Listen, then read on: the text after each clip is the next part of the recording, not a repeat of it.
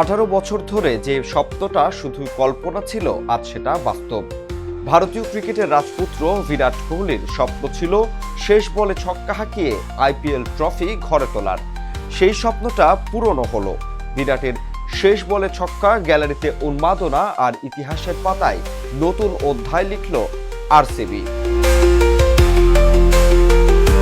ক্রিকেটে কিছু মুহূর্ত থাকে যেগুলো শুধু একটি ম্যাচের ফল নয়, বরং বছরের পর বছর ধরে জমে থাকা আবেগ, অপেক্ষা আর বিশ্বাসের প্রতিদান। রবিবার রাতে ঠিক তেমনই একটি মুহূর্তের সাক্ষী হলো ক্রিকেট বিশ্ব। একসময় যে দলকে নিয়ে সবচেয়ে বেশি ট্রল করা হতো, যে দলকে বলা হতো চোকার, যে দল 18 বছর ধরে শুধু অপেক্ষায় করেছে, সেই রয়্যাল চ্যালেঞ্জার্স বেঙ্গালুরু এখন টানা 2 বারের আইপিএল চ্যাম্পিয়ন। আর এই গল্পের সবচেয়ে আবেগঘন চরিত্রের নাম বিরাট কোহলি।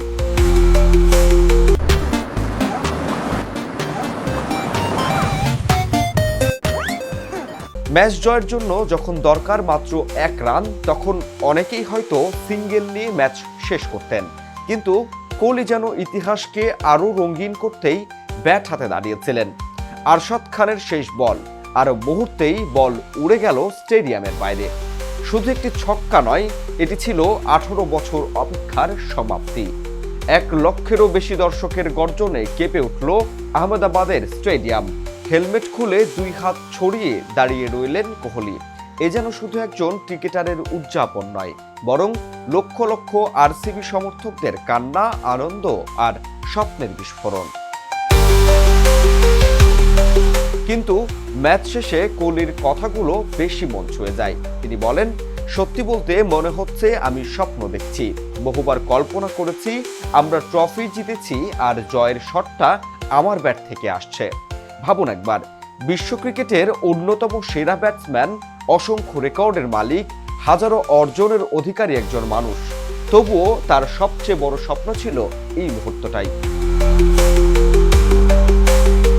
তবে এবারের আরসিবি শুধুই কোহলির দল ছিল না, এটি ছিল সম্পূর্ণ একটি দল। কোহলি নিজেও স্বীকার করেছেন, এখন মাঠে নামলে মনে হয় না যে আমাকে একা ম্যাচ জেতাতে হবে। আমি জানি আমার পাশে এমন অনেক খেলোয়াড় আছে যারা দলকে জেতাতে পারেন।